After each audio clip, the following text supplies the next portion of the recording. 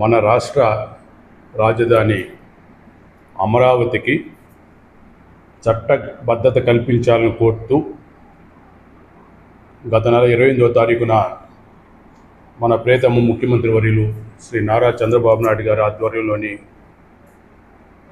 కూటమి ప్రభుత్వం నిర్ణయం మేరకు అసెంబ్లీలో చేసినటువంటి తీర్మానానికి అనుగుణంగా కేంద్ర ప్రభుత్వం స్పందించి కేబినెట్లో ఆమోదించి దాని బిల్లు రూపంలో ఆంధ్రప్రదేశ్ పునర్విభజన చట్టం సవరణ చట్టం 2024 పేరుతో పార్లమెంట్లోని లోక్సభ అదేవిధంగా రాజ్యసభలో ప్రవేశపెట్టడం, దేశంలో ఒకే ఒక పార్టీ తప్ప, అదే మన వైకాపా పార్టీ, అది తప్ప అన్ని పార్టీల మద్దతుతో 2 సభల్లో కూడా ఈ అమరావతి చట్టబద్ధత కల్పించే బిల్లు ఆమోదం పొందడం హర్షణీయం. దేశంలో ఉన్న అన్ని పార్టీల్లో ఒక పార్టీ తప్ప మిగతా అన్ని పార్టీలు కూడా అమరావతికి సంపూర్ణ మద్దతు ఇచ్చాయి.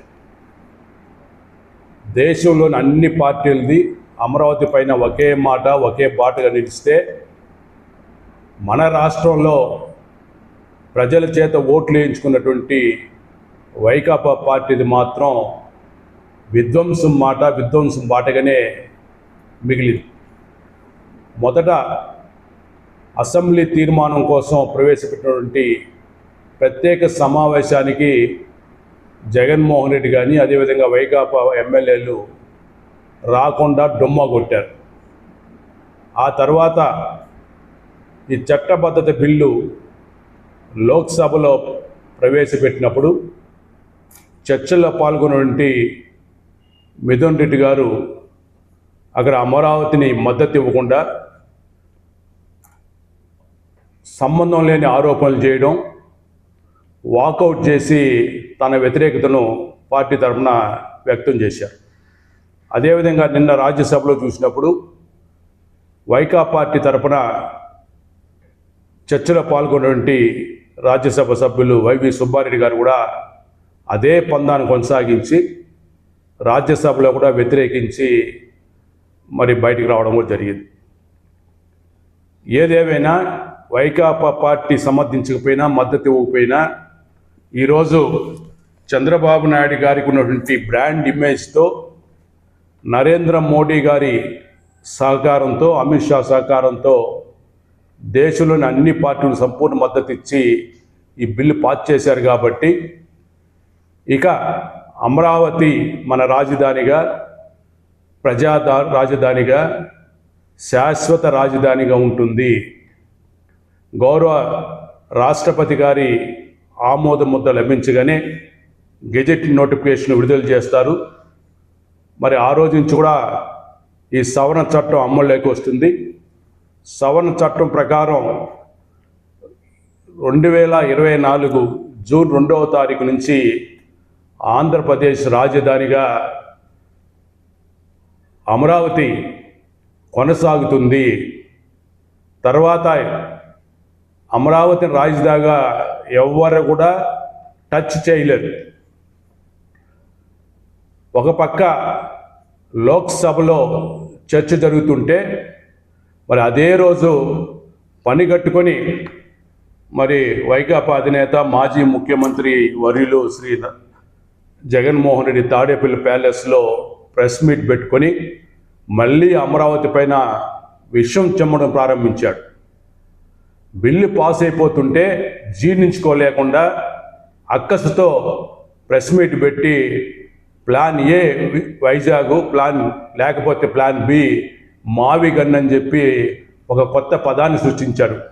జనాలు నవ్వుకుంటున్నారు, ఇతనికి ఏమన్నా మతి భ్రమించిందా అని చెప్పి. నీకు మనసుంటే అమరావతి మద్దతు లేదా కాము కూర్చో, అంతేగాని దాన్ని అపహాస్యం చేసే విధంగా జోకర్ పాయింట్ లాగా మాట్లాడడం అనేది మంచి పద్ధతి కాదు. ఈరోజు ఒకసారి మనం గతం నుంచి చూస్తే అమరావతిని రాజధానిగా నిర్ణయించినప్పుడు గౌరవ చంద్రబాబు నాయుడు గారు ఆ రోజు ముఖ్యమంత్రిగా అందరి అభిప్రాయాలు తీసుకొని ప్రజల అభిప్రాయాలు తీసుకున్నారు. శ్రీరామ కమిషన్ సమీక్ష రిపోర్ట్ చూశారు.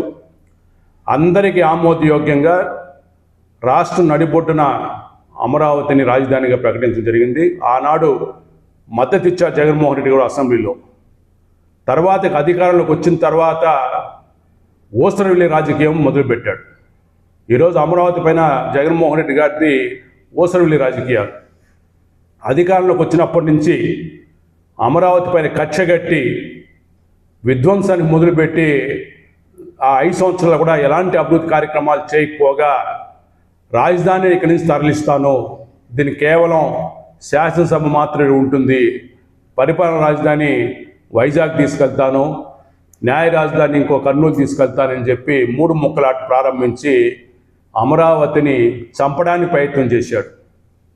ఆయన దగ్గర మంత్రులుగా పనిచేసిన వ్యక్తులు అమరావతి ఇక్కడ ఏముంది, ఒక శ్మశానం లాగా ఉందని కామెంట్ చేయించారు. ఇంకొక ప్రబుద్ధుడు ఇది వేశ్యల రాజధాని అని చెప్పి భయంకరమైన మాటలు మాట్లాడారు.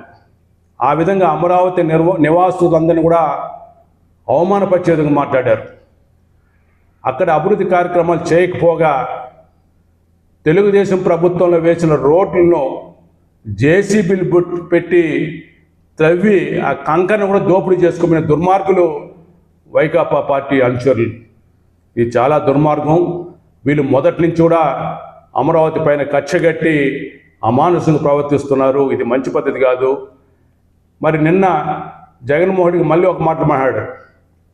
తీర్మానాలకు ఏముంది, రేపు మేము మళ్ళీ అధికారంలోకి వస్తే మళ్ళీ చట్టం చేస్తాం, మార్చేస్తాం అనే విధంగా మాట్లాడడం చూస్తుంటే ఆయనకేం తెలియక కాదు.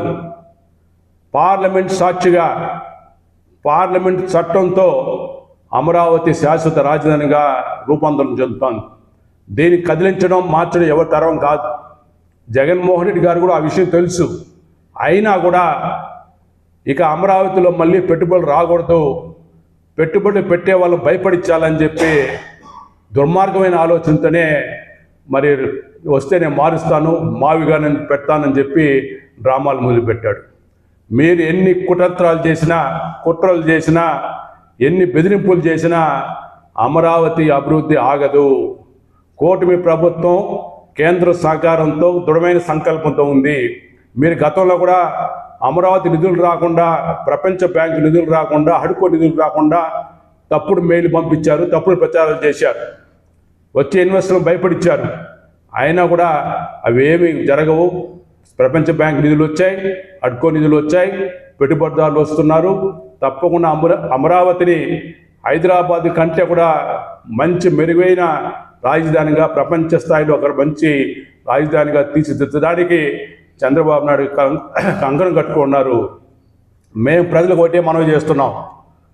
వైకాపాది విధ్వంసకర ధోరణి ఈరోజు అమరావతికి జగన్మోహన్ రెడ్డి గారు అదేవిధంగా వైకాపా పార్టీ ద్రోహం చేసింది. అమరావతికే కాదు, యావత్ ఆంధ్రప్రదేశ్ రాష్ట్రానికి ద్రోహం చేశారు. ఇలాంటి శక్తులు మళ్ళీ అధికారంలోకి వస్తే ఈ రాష్ట్రానికి పెను ప్రమాదకరం ఉంది. అమరావతిని కాపాడుకోవాలన్నా, మన ఆంధ్రప్రదేశ్ రాష్ట్రం కాపాడుకోవాలన్నా భవిష్యత్తులో వైకాపా పార్టీకి మాత్రం ఎట్టి పరిస్థితులు కూడా అధికారం ఇవ్వకూడదని చెప్పి విద్యుత్ ప్రజలను మేము అప్పీల్ చేసుకుంటున్నాం. జగన్మోహన్ రెడ్డి లాంటి వ్యక్తి మళ్ళీ ముఖ్యమంత్రి అయితే మరి రాష్ట్రానికి పెద్ద ప్రమాదం ఉంది. కాబట్టి వీళ్ళను, జగన్మోహన్ రెడ్డి గారిని అదేవిధంగా వైకాపా పార్టీని రాష్ట్ర రాజకీయాల నుంచి దూరంగా పెట్టాలని చెప్పి గౌరవ ప్రజానీకానికంతా కూడా తెలుగుదేశం పార్టీ తరఫున సవినయంగా మనవి చేసుకుంటున్నాం.